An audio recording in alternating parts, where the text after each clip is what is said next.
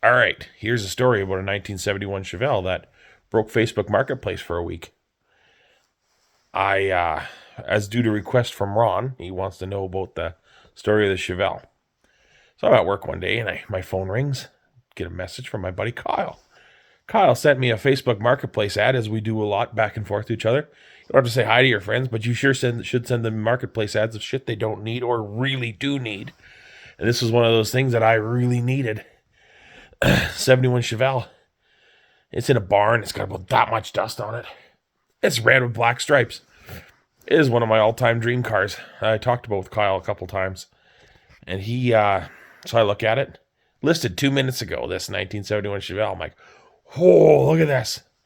$7,500. I'm like, that's a marketplace scam.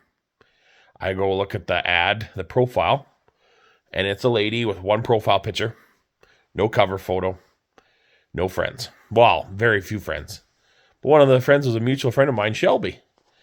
I messaged my buddy Shelby. I'm like, do you know this lady? And he's like, yeah, it's my aunt. No way. I was like, what's your phone number? And he says, why? I says, she's got a car for sale that I want. He's like, what kind of car? I says, Chevelle. He says, yeah, Chevelle's real. He says, yeah, they're selling it. Oh, no way.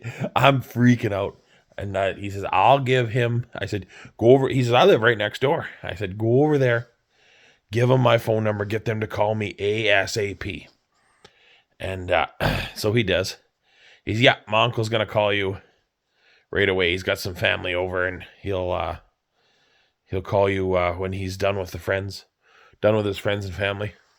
So I'm like in a panic, like, oh my goodness. And a day or two goes by, and I get a call from the 780 number, and I knew exactly what it is. I answered the phone. I'm like, hello. And after I might add, I messaged Shelby about 24 times asking him about this car and about his uncle who was supposed to call me.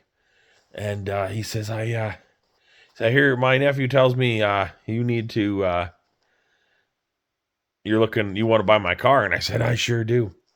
He says, well, lucky he got to you in time. He said, in 15 minutes, I had 25,000 people message me. And I said, do you want an e-transfer? And he says, no. You a serious buyer? I said, I am.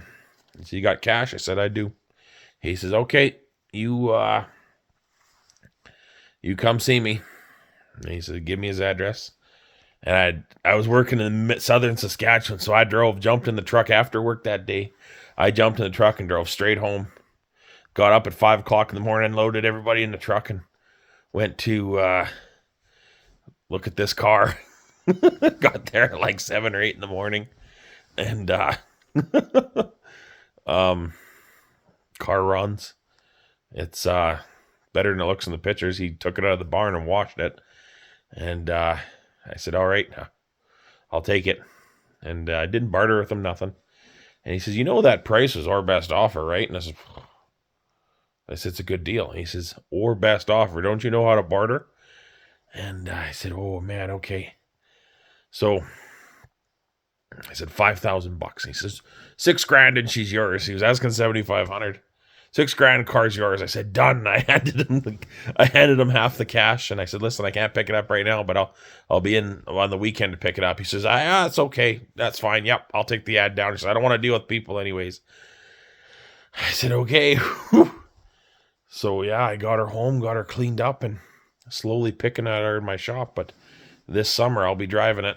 You'll see it at some events and whatnot, and it's got some big plans happening, but slowly but surely, just like every other project.